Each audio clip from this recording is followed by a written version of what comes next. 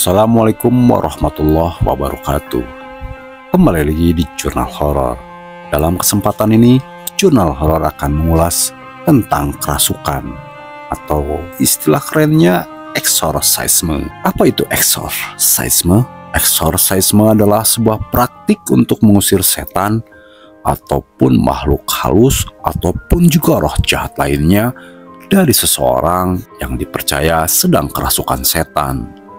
Praktik ini sudah cukup tua dan menjadi bagian dari sistem kepercayaan di berbagai negara. Orang yang melakukan eksorsisme dikenal dengan sebutan eksorsis. Secara umum, orang yang sedang kerasukan setan tidak dianggap sebagai setan itu sendiri, termasuk juga sama sekali tidak bertanggung jawab akan tindakan orang itu sendiri.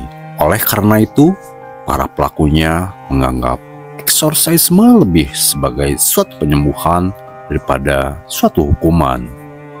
Ritual-ritual yang umum akan hal ini biasanya memperhatikan unsur tersebut, memastikan bahwa tidak akan terjadi kekerasan terhadap diri orang yang kerasukan itu. Apabila ada potensi terjadi kekerasan, maka orang yang sedang kerasukan biasanya hanya direbahkan atau diikat. Nah, sebelum masuk ke dalam cerita lebih jauh, Jurnal Horor akan mengucapkan banyak-banyak terima kasih kepada sahabat dari Jurnal Horor yang sudah support subscribe ke Jurnal Horor. Terima kasih banyak ya. Terus yang belum subscribe, silahkan subscribe, itu gratis. Terus like, comment, dan share juga ke teman-teman kalian. Dan yang mau share nih cerita horornya dari sahabat-sahabat Jurnal Horor, silahkan kirim aja, mau itu formatnya audio atau tulisan, ke Instagramnya Jurnal Horor atau emailnya Jurnal Horor. Nanti linknya ada di kolom deskripsi. Kalau usah panjang lebar, kita masuk lagi ke cerita. Jurnal Horor sudah mengutip berbagai kasus kerasukan dari berbagai sumber. Nah, ini rangkuman ada 8 kasus eksorsis paling populer dan paling menyeramkan di dunia. Kasus pertama datang dari kasusnya Rolando.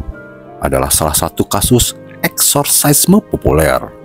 Dia adalah seorang bocah laki-laki berusia 14 tahun yang diduga kerasukan setan pada tahun 1949. Dia mengalami berbagai gejala aneh seperti berbicara dengan bahasa roh, levitasi. Levitasi itu kalau penjelasan ilmiahnya mungkin tidak jauh seperti benda atau manusia dapat melayang, yang berarti proses di mana objek dihentikan oleh kekuatan fisik yang melawan gravitasi dengan menghilangkan gaya tarik bumi, atau istilah gampangnya melayang. Dan dia juga melakukan banyak kekuatan supranatural lainnya. 2 orang eksorsis, yaitu Pastor William Borden dan Pastor Walter Halloran, melakukan ritual eksorsisme pada Du selama 30 hari. Ritual ini sangat melelahkan dan menyakitkan bagi Du, tetapi pada akhirnya dia berhasil dibebaskan dari setan yang merasukinya. Kisah Du dikisahkan dalam buku dan film The Exorcist. Pada kasus kedua datang dari kasusnya Anneliese Michel. Anneliese Michel adalah seorang gadis muda asal Jerman berusia 16 tahun. Mulanya ia mengalami gejala seperti epilepsi dan tanda-tanda gangguan mental. Orang tua Anneliese Michel memasukkan gadis malang tersebut ke sebuah rumah sakit jiwa. Namun rupanya di sanalah malapetaka dimulai. Pada tahun 1970-an, Michel mulai menolak semua hal yang berkaitan dengan agama. Ia mengaku mendengar suara-suara gaib dan mengalami berbagai gejala aneh, seperti berbicara dengan suara yang berbeda, mengeram seperti binatang, dan menghancurkan benda-benda. Michel kemudian diduga kerasukan 6 setan. Dia mengalami ritual eksorsisme sebanyak 7 kali selama lebih dari 2 tahun. Hal ini menjadikan kisah hidupnya diangkat sebagai sebuah film berjudul The Exorcism of Emily Rose. Pada tahun 1973, ia meninggal akibat menolak makan dan membuatnya mati kelaparan. Pada kasus ketiga datang yaitu kasus Julia. Pada tahun 2008, seorang psikiater bersertifikat dan profesor psikiatri klinis di New York Medical College, Dr. Richard E. Gallagher, mendokumentasikan kasus seorang pasien yang dijuluki Julia. Julia merupakan seorang wanita yang diduga menjadi korban kerasukan roh jahat. Bahkan pernah dikabarkan juga bahwa tubuh Julia pun sempat melayang di udara dan mengatakan hal-hal buruk. Menurut Gallagher, Julia mengucapkan umpatan-umpatan yang terkadang diucapkan dengan nada parau dan tak jelas. Namun berita ini tak lagi dibahas setelah Gallagher memberikan pernyataan terakhirnya. Dan kasus yang keempat datang dari kasusnya Ernest St. Johnson. Ernest St. Johnson adalah seorang pria muda asal Amerika Serikat yang diduga dirasuki setan. Dia membunuh tuan rumahnya Alan Bono pada tahun 1981. Pengacara Johnson berpendapat bahwa dia dirasuki setan dan tidak dapat mengendalikan tindakannya. Kasus ini dikenal sebagai Demon Murder Trial dan merupakan salah satu kasus eksorsisme paling terkenal di dunia. Baru-baru ini, kasus Johnson diadaptasi oleh layanan streaming dan rumah produksi Netflix sebagai film dokumenter berjudul The Devil of Trial. Film ini menghadirkan tokoh-tokoh yang bersaksi dalam persidangan ini. Pada akhirnya, Johnson dinyatakan tidak bersalah atas pembunuhan berencana. Namun, ia dinyatakan bersalah atas pembunuhan tingkat 2 karena tidak sengaja membunuh Bono. Johnson dihukum 10 tahun penjara, tetapi ia hanya menjalani hukuman selama 5 tahun. Pada kasus yang kelima datang dari kasusnya Michael Taylor. Michael Taylor dan istrinya Kristen Taylor merupakan pasangan suami istri romantis dan religius. Namun, suatu hari Kristen menuduh Taylor telah berselingkuh dengan wanita yang bernama Mary Robinson. Dan dari sinilah Taylor mulai menunjukkan gejala-gejala aneh dengan cara bicaranya yang kerap mengumpat. Alhasil, ia pun melakukan pengusiran setan yang berlangsung selama 24 jam. Namun setelah itu, Taylor tetap bertingkah aneh dan justru membunuh istri dan anjingnya yang ada di rumah. Taylor lantas ditemukan berkeliaran di jalan dengan tubuh berlumuran darah. Namun, dia dibebaskan dengan alasan kejiwaannya yang terganggu. Masuk ke kasus yang keenam yaitu kasusnya Anna Eklund.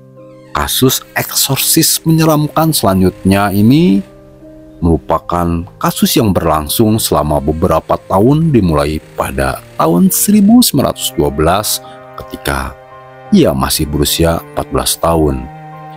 Kasus kesurupan Anna datang dari kutukan yang dibawa oleh ayahnya dan tantenya sendiri yaitu Mina.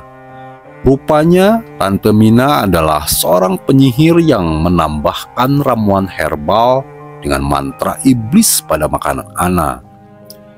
Eksorsisme pertama dilakukan pada Anna dilakukan pada tahun 1912 dan berhasil. Namun, sayangnya hanya untuk sementara. Selang 16 tahun kemudian, tepatnya pada tahun 1928, Anna dirasuki oleh lebih banyak setan. Lalu, eksorsisme keduanya diadakan di sebuah biara di kota Iowa, Amerika Serikat, dan berlangsung 3 sesi. Kali ini, eksorsismenya sangat melelahkan sehingga merusak tubuh Anna. Pada akhirnya memang setan-setan berhasil diusir, namun tidak sepenuhnya hilang dari jiwa Anna. Ia melanjutkan kehidupan dengan kerasukan yang lebih ringan daripada sebelumnya. Masuk ke kasus yang ketujuh, yaitu kasusnya poltergeist keluarga Smurl. Poltergeist merupakan fenomena ketika sebuah benda dirasuki oleh setan. Fenomena ini pernah menimpa rumah keluarga Smurl. Awalnya paranormal, profesional, dan pastor menganggap tidak ada yang aneh dari hunian tersebut. Namun penyelidik paranormal Ed dan Lorraine Warren mengklaim rumah keluarga Smurl dihuni oleh iblis yang sangat kuat. Mereka melakukan eksorsisme untuk menghilangkan bayangan gelap di rumah itu. Eksorsisme itu sayangnya tidak membuahkan hasil.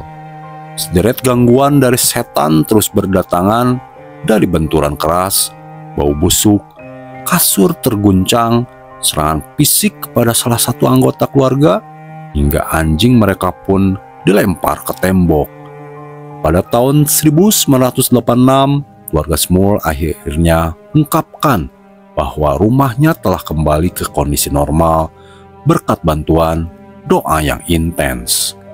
Walaupun begitu, sang ibu mengatakan masih ada kejadian aneh pada tahun 1987. Dan kasus kerasukan terakhir datang dari kasusnya David Berkowitz. David Berkowitz dikenal sebagai pembunuh berantai pada masanya. Namun, ia mengaku bukan dirinya yang melakukan pembunuhan, melainkan setan yang merasuki jiwanya. Pada tahun 1976 hingga 1977, David melukai 7 orang dan membunuh 6 orang. David bahkan mempunyai julukan kepada sisi jahatnya bernama Papa Sam. Hal ini ia dituliskan dalam surat-surat yang ia tinggalkan di tempat kejadian pembunuhan. Setelah ditangkap, barulah terungkap bahwa Sam adalah anjing tetangganya, yaitu Sam Carr. Dalam buku harian penjaranya, ia mengklaim kalau hewan itu telah dirasuki oleh seorang pria berusia 6.000 tahun bernama Sam. Nah, itulah 8 kasus kerasukan paling menyeramkan dan paling populer di dunia. Bagaimana dengan kalian? Jangan sampai kerasukan ya.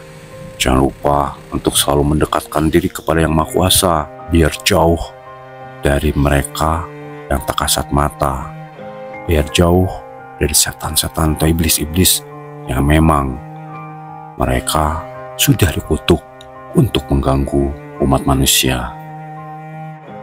Terima kasih yang sudah mampir, terima kasih yang sudah support subscribe-nya. Yang belum subscribe, silahkan subscribe, itu gratis. Terus like, komen, dan share juga ke teman-teman kalian. Kita benar-benar berdampingan sama mereka yang tak kasat mata. Dan masih banyak hal-hal di luar nalar yang mungkin belum bisa dipecahkan secara logika. Sampai ketemu lagi di Jurnal Horor dengan cerita-cerita seram dan horor lainnya. Salam horor.